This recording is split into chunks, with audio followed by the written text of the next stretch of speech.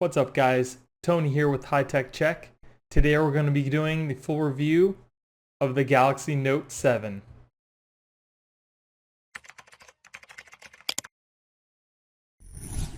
So I've had this for about 2 weeks. This has been my only phone to use.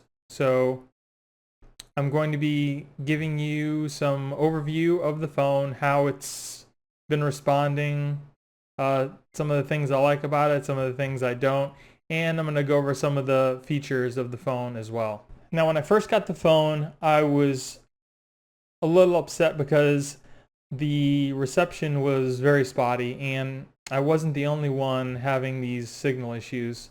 I tried everything. I tried doing a reset. I tried doing network setting changes, my APN. I went to the store, asked them if they had any problems or knew of any solutions. They couldn't help me out. My second to last option before I returned the phone and got a brand new one was to try out a new SIM card. Now, the SIM card that I originally put into this phone was from my Nexus 6P that I was using. I'm on T-Mobile, just FYI. And I didn't put the card that came with the Note 7 in just because the SIMs looked pretty much exactly the same from what I thought. So I just put in the card from the Nexus 6P, and for the most part in my home, I was getting great reception. I have a signal booster, so I always get full bars of LTE. Now, when I went out, I would go into some areas where there wasn't any service, and I was noticing when it would go into these no service areas, it would stay in no service until I restarted my phone, and that was quite annoying because every time that would happen, I'd have to restart the phone, and I knew I shouldn't have to do that, so I thought there was something wrong with the phone. So I tried all those other options, came home, and I looked at the SIM card that was from my Nexus 6P, and I looked at the one that came in the box with the Note 7, and even though the card looked exactly the same on one side, when you actually looked at the SIM, that little metal shiny part, both the SIMs looked totally different. So I figured I'd go ahead and try that out. So I popped that new SIM in here, and it pretty much solved all my signal issues. So little FYI, if you're having signal issues, you might want to try the SIM card that came with the box if you're on T-Mobile, and if it even came with a SIM card. So that's one little tidbit of information. Save you a lot of trouble.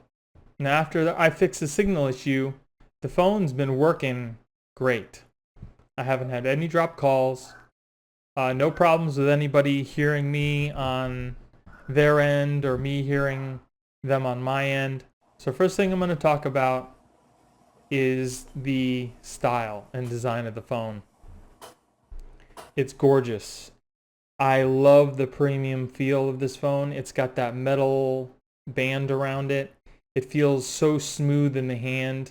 Definitely a lot different than its plastic counterparts years past. The screen is gorgeous. It just feels really good in your hand. The only bad thing is because the phone is rounded on all edges, it's very slippery. So I definitely recommend you picking up some sort of case, unless you want to baby it and hold it with two hands all the time, because that's what I was doing before I got this case. I was so afraid that the phone was going to slip out of my hand. And I know I'm not the only one who thinks that. You know, these phones are getting thinner and thinner and more slippery and less easy to handle. So definitely get a case. The one I have on here is the Otterbox Symmetry case. It gives great protection all around. So I definitely recommend that case, and I do have a video that I posted up. I'll put a link in the description for that so you could check that out. Another thing I wanted to tell you just real quick, not sponsored by anybody, just something for anybody out there who wants a more grippy phone. I got these little grips here on the bottom here. They're made by eGrips, and you just put them on. They're sticky, so they're like little grip stickers. You can put them on anywhere. I like these particularly because when I'm at the gym, some of the machines are maybe on a the pads are on an incline or something, you can put the phone down on the pad on an incline like this and maybe look at your timer or whatever, and the phone will not slide off. And it will also help pretty much on anywhere you put this phone down, and it won't slide. As you can see in this video, I know it's crude, but it's a very simple representation of how grippy these two little pads are on the phone. So I definitely go ahead and check those out. Next thing I'm going to talk about is battery life. Battery life has been fairly decent. It's not as good as I would hope. I could probably eke out about almost 5 hours, as you can see in the picture below here. That was over the course of a couple days. So the battery life will vary from user to user, because if you use your phone a lot in the beginning, you should get more screen on time. Whereas me, I use my phone a little bit here and there. I was able to spread it out across a couple days, but I didn't get as much screen on time. So that's something to keep in mind. But other than that, the battery's been pretty good. And I'm not using any battery saver app or anything. It's just purely all the stuff that's inside this phone. Now I'm going to talk a little bit about the speaker. It's pretty loud. I didn't have any problems hearing anybody when I had them on speakerphone or when I was listening to music. The only bad thing about the speaker is it's very tinny. It doesn't have a lot of bass, if at all. So sounds of your notifications and stuff like that might sound a little weird, like mine did, very, very trebly, but it's fairly loud. So you get what you get for one bottom facing speaker. Now if we had two front facing speakers like the Nexus 6P, that would be amazing. Samsung, I'm talking to you. T-Mobile. How can I help you today? You can say anything from representative to how many minutes do I have to make a payment? So briefly, tell me the reason for your call. The next thing is the USB-C. Thank God. I've been using the USB-C on my Nexus 6P for the past year, and it's been awesome. Not only is it easier to plug in, but on this you can use the little adapter to actually charge another phone with this phone, which is pretty neat. There have been some reports of the phones catching fire and possibly exploding. So just make sure that you're using Samsung approved USB-C cables and adapters.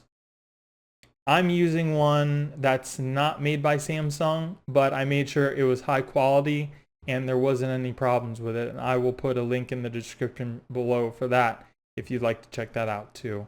Now there have also been reports of the Gorilla Glass 5 not being as scratch resistant as its predecessors. So what I did was I went ahead and got a glass screen protector on my screen ASAP. Now mine does not cover the edges, it just covers the flat part on the screen. I wasn't too concerned about the edges because it's a small surface area. I just wanted the main area in the middle to be covered. So I definitely recommend you getting a screen protector for that too. I also do have a video up of the screen protector that I did. I'll put that in the description below for you too. So what I'm going to do now is I'm going to go over some of the cool features of the phone. Okay, so here's the first cool feature that I wanted to show you. It involves the S Pen. What you're going to do is you're going to go ahead and take your S Pen out of your phone. You can go to an app like YouTube. You could start playing whatever you want, and you can create a little GIF from the video. So then once you've got your video selected, you go down here and click this little pen thing. Click on Smart Select. So you're going to pick the little GIF square here. Start the video. And then put this over the point where you want to record. And just hit record. You can do up to 15 seconds. Or you can stop it early. So there's my little GIF I made. Now you can save it, share it, or draw on it. And that's how to make the little GIF animations. So here's a cool little feature that I wanted to show you guys with the camera. There's quite a few neat little tricks you can do with the camera. So select the camera and then swipe over to the left on the screen, and here it brings you to all the options. You got your Pro, selective focus, slow motion, hyperlapse, which is really quick video, food, virtual shot, video collage, dual camera, which lets you take a picture of you and whatever you're taking a picture of, live broadcast, animated gift, and surround shot with sports.